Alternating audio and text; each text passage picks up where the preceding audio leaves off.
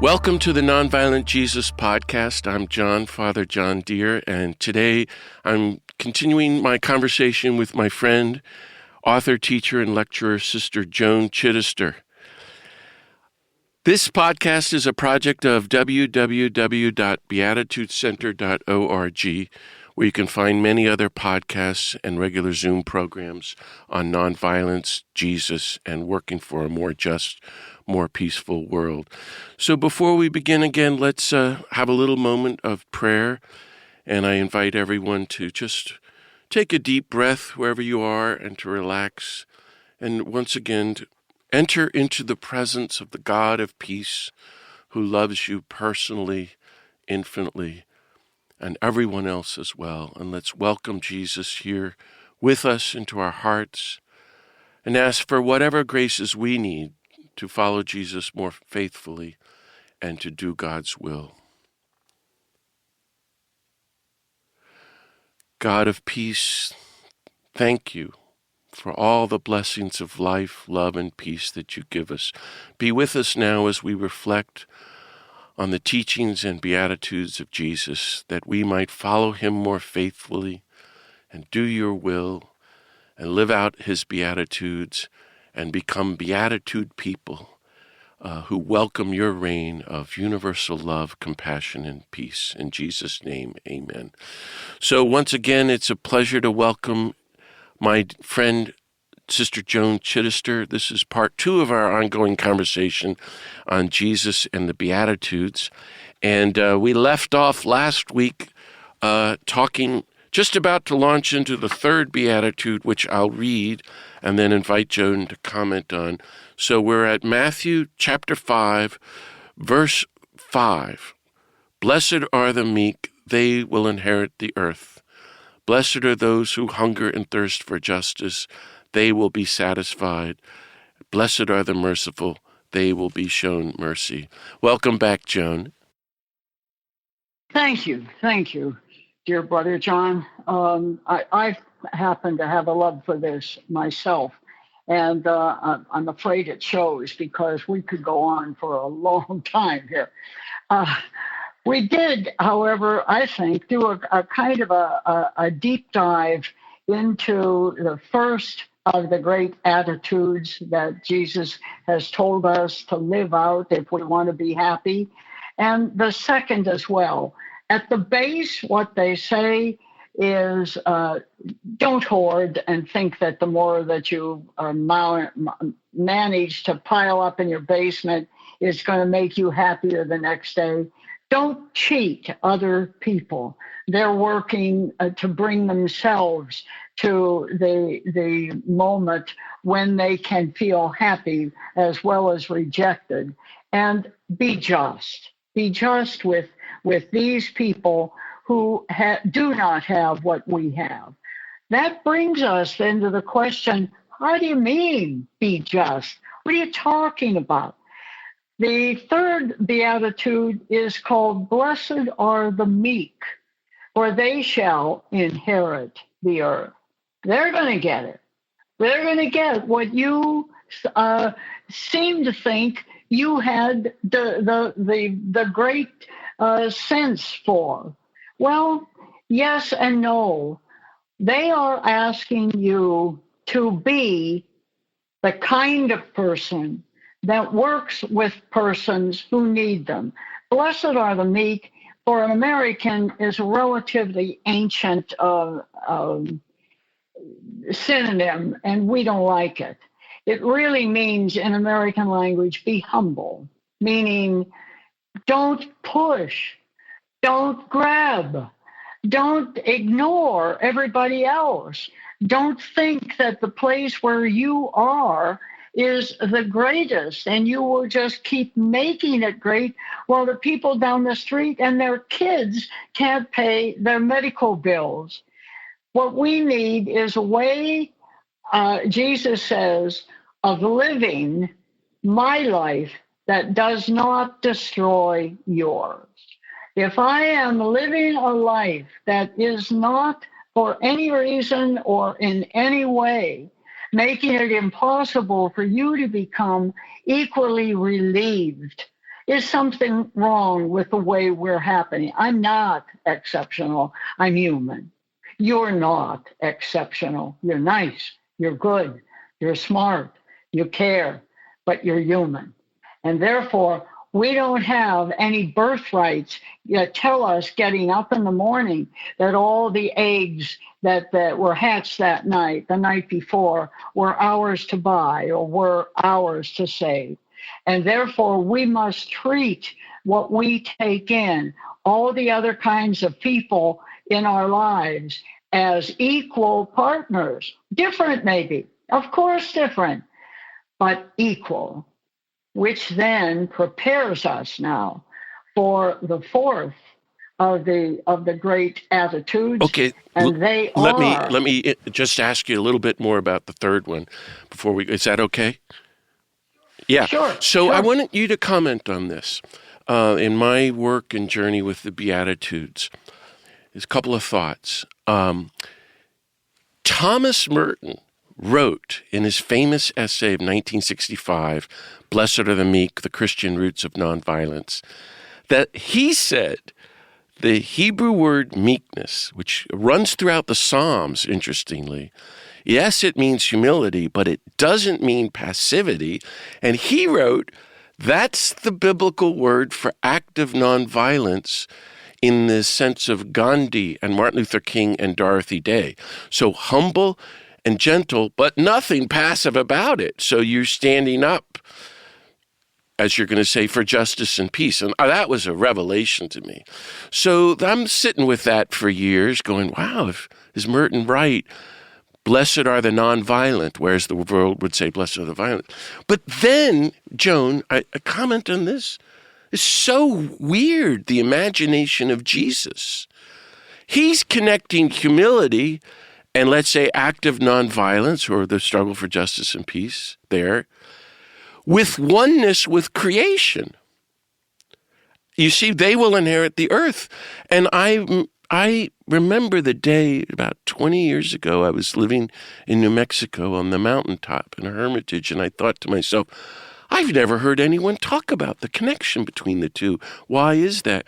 And then I realized, well, 1,700 years of the just war theory, we've rejected this call to peacemaking, justice, nonviolence, and like the politics of humility and gentleness. And so we're not one with creation, and we've been destroying the earth, and that could only lead to catastrophic climate change. So any thoughts on, this is my take on this powerful verse. I wrote a whole book on it, Joan. They will inherit the earth. What do you think? Well, if you don't mind, I'm a Benedictine, right? And I'm listening to you, and I'm saying to myself, he knows exactly what the problem is here. You see, Americans have a hard time dealing with humility. Yes. To tell an American to be humble is to be run off the rails, pal. And Not yet, my strong this point. is the third of the Beatitudes, and it runs right into, guess what? Number 4. Therefore, blessed are the merciful. No, blessed are those who hunger and thirst for justice. Yes, what you do to others are going to happen to you too. You've already announced your exceptionalism. We don't do that in my family. We always buy the top of the mountain in my family. We take all the kids to a private pool because we don't want them on that dirty sand. That's exceptionalness. That means I'm above. That means I will not be walking the pace of the average people even around me. No matter what I have, I'm it. But then we get to, oh, you poor soul. We feel so sorry for you. God, you do need help. That's number 4.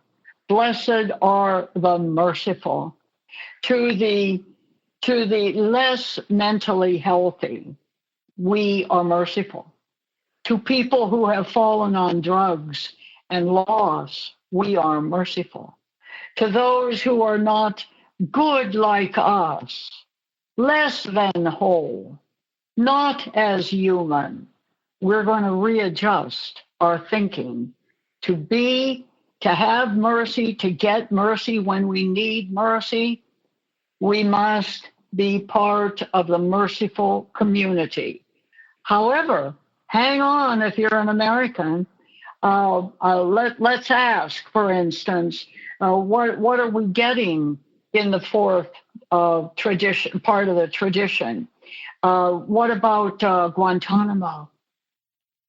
They're still there, aren't they? We know that.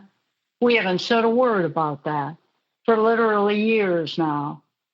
They have sunken to nothing, never seen their children again. It's all been about vengeance. Blessed are the merciful, no vengeance. Blessed are the merciful, not with vengeance. In America, over half of the population believes that torture is acceptable. We have that counted. We have that marked off. Our psychologists know that. Our politicians know that. We all know that. It's all right with me. Listen, look at what he was. We'll get it out of him. Torture is acceptable to half of the population, and we say not a word of repentance. Why? Because we don't start here in humility to begin with, let alone mercy as well. That brings us, of course, then to the other end, the end that we know we must now consciously be part of. And that's the fifth beatitude that reads, "Blessed are those who hunger and thirst for righteousness. Blessed are those who are starving to see righteousness. Blessed are those who recognize how the entire culture is operating, and by God, we need to understand righteousness and how it cuts off half of people. We need then a sense of justice, of humanity in our own. When the kids do something that my child would never do that. No, you may not keep him after school. They need justice.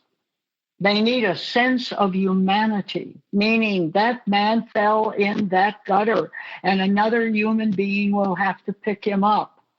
And most of all, we need standards. Standards. The number of people who have been denied housing because they were another color than ours, recognized immediately what their problem was. They had the money in their pocket, but a real good thinker wouldn't allow that in our building because it would destroy the building. We now understand that we must pursue righteousness, justice, and humanity for these people, freedom and justice for all. And when you and I see it happening, we have to call it. There is no other way out. And when we call it, we will be happy to know that we have been part of the change in every product we sell, every law we pass, every right and righteousness we protect. We are becoming now, we are reaching out to become a city on a hill, a light for the peoples. And that, of course, brings us to the attitude of number 6, blessed are the pure of Okay, heart, let's the single hold on hearted. for that then. Yeah. And then we'll reflect Yeah. a little more, and then we'll do that beatitude, and then we'll wrap it up for today. It's so powerful. You're saying, blessed are the meek, the humble, the gentle. Blessed are those who hunger and thirst for righteousness, for justice. Blessed are the merciful. So much to talk about, Joan. Say a word about what he means. What does he mean when he says, those who show mercy to those in the culture who are not shown mercy, mercy will be shown them. In other words, I always thought that meant kind of what goes around comes around. If you live a life of mercy day in and day out, especially towards people who are ostracized and marginalized and not shown any compassion, not only is God going to show mercy to you, but others will show mercy to you. How do you see that? Well, it's a matter of, I've always thought that people of any element at all that we're looking for in a culture, they must consciously become aware of the power of one of these to begin either to accept it or to reject it. It's too easy simply to wipe over it. I mean, isn't it true? I mean, we never, all the time I went to school, Catholic schools, we had the Beatitudes, but it didn't mean anything to me or my family or even my parish or my church. We didn't demonstrate it in any way whatsoever. So then, if you are looking for the single-hearted, you're looking for people who demonstrate this. When they say, yes, I'll do it, they do it. When they say, no, I can't, they can't. That's where you get down to the bone of the soul. Every soul has a bone. We never talk about the bone of the soul, because in the bone of the soul lies the energy and the propensity to do what needs to be done now. I can look at it. Oh, God knows I can stand there and stare at it for the rest of my life. But unless it touches the bone of my soul, where I am really pure of heart, single-hearted, will do what has to be done in front of me, if nowhere else, then it's never going to happen, John. It's never going to happen. So you're talking about blessed are the pure of heart, the clean of heart, they will see God. So you're the single-hearted, those who are single-heartedly committed to this humility, to its gentleness, to its mourning, who is reaching out, and they aren't demonstrating. They're not playing a game. See what a good boy I am. In their life, I mean, I sit and listen to families on television, just the way all the rest of you do, and it is amazing how touched I am when a family in sorrow is trying to explain the death of the mother or the father or the sister or the brother, and somebody says something like this: I don't care. I'll never be able to do without her. There was nothing that ever bled on anybody that she didn't take care of. Now, she was a single-hearted saint. She was pure of heart. She didn't do it to get credit. She didn't do it to get seen. She did it because it was there. And she grabbed the stuff and ran off the porch and picked up the kid and said, I'll get you to your mother. That's the beginning of sanctity. That's why it is so late in the Beatitudes, because this is where you're going if you begin to be conscious of those first 5 elements. They're there for you to practice for you. But now we're moving into the people around us, the ones we wouldn't rent to, the people who have a different color. But now it's, what are you going to do? Yeah, really? What are you going to do? What are you going to do? What, do you belong to any clubs? What clubs do you belong to? Do you give to any charities? What charities do you give to? It's a molding, John. It's a shaping that comes out of these Beatitudes. These are not activities. This is not a prayer of supplication. This is pouring more and more of me into me. And if I get that at these later stages, I will be so happy. So that's so beautiful, your translation, blessed are the pure of heart, blessed are the single-hearted. And what does it mean for you that Jesus says, they will see God? You know, something about single-hearted visions, living the Beatitudes, and you will see God. I remember Dan Berrigan saying, that means the beatific vision is right where you are. Everybody around you, you see God in everybody. You see Christ in the poor and everyone. How do you unpack that? They will see God. Oh, I believe they will. I mean, I see seeing God very, very easy anymore, John. It's in every perfect rose. It's in every crying child. It's in every old woman and her last breath. God is manifest in the breath and the presence of everything we see. The problem is we miss the portrait. We don't know what we're seeing. Yeah. There is no other answer. That God is present. What is, we are the ones who are not present to the God who is with us. Any good contemplative order will tell you that every single day.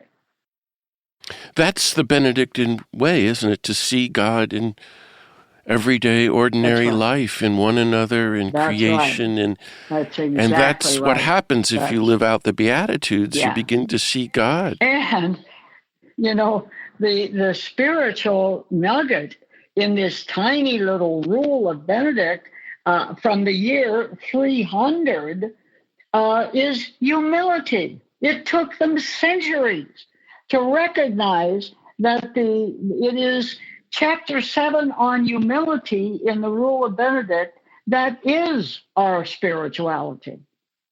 You have to be there. You have to know humility between you and the world, the Christian world, God's world. Inside yourself, you know who you are, and you're working on it already. Then you must understand everything that goes around you and give it your best look.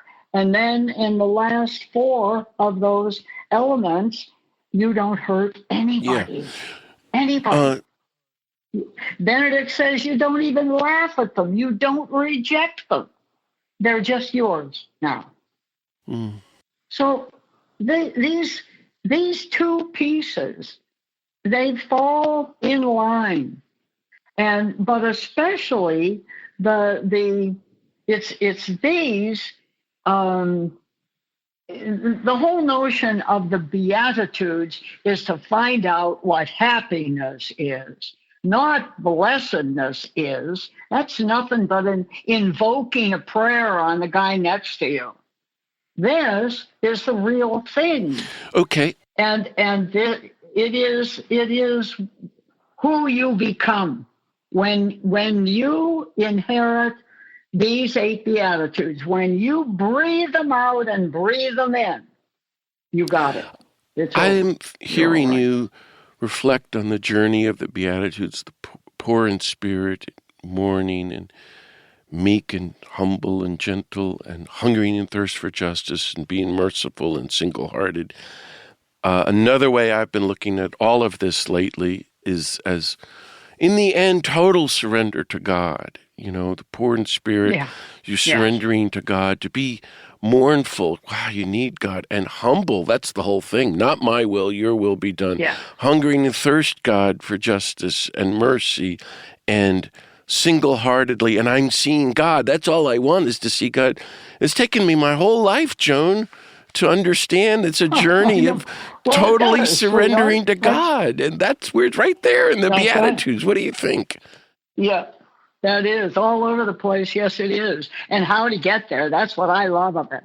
Man, go out and find a charity.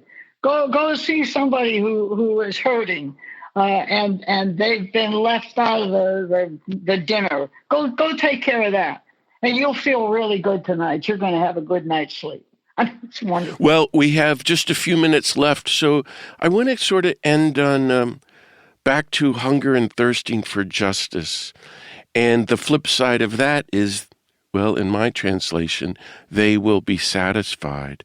And That's okay. You do it. I want you to. Well, do I it. was thinking You draw it together. Well, my whole life I was wondering, okay, what does that mean? Well, then I thought as a kid, well, we want the victories of justice. We want apartheid to end. We want the Vietnam War to end. We want the war in El Salvador, Nicaragua, or Iraq, or Afghanistan, or the killing in Gaza, or Ukraine, or Africa to end. We want poverty to end and hunger. And, well, okay, I may not get those. I'm getting used to the idea I'm not going to live to see the victory of justice. But then I thought, if you're still with me on this, I remembered the great book that I read at Duke in college, Viktor Frankl's Man's Search for Meaning. Gosh, remember? And he said the lesson of being in Auschwitz was those who survived found meaning in life. And I thought that's what Jesus is getting at. In other words, if you hunger and thirst for justice, you'll be satisfied. You will find the ultimate meaning in life. You're no longer about I, me, mine. You are about justice for all the poor of the world. And that's a journey of both mercy and humility and single-mindedness. And I thought, well, if that's true, that works for me, because I always wanted meaning in my life, Joan. And I think Jesus is saying that. And maybe the victories of justice too, but definitely this deep, holy, almost contentment that the best thing we can do with our lives in a world of total injustice is to work for justice and mercy. What do you think? Tell us about that.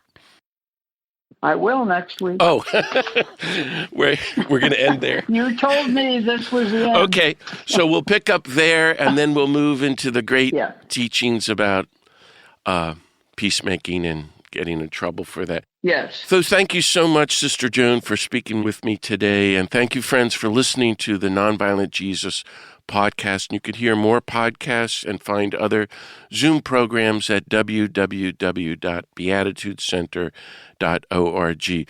This has been part 2 of my conversation with Sister Joan.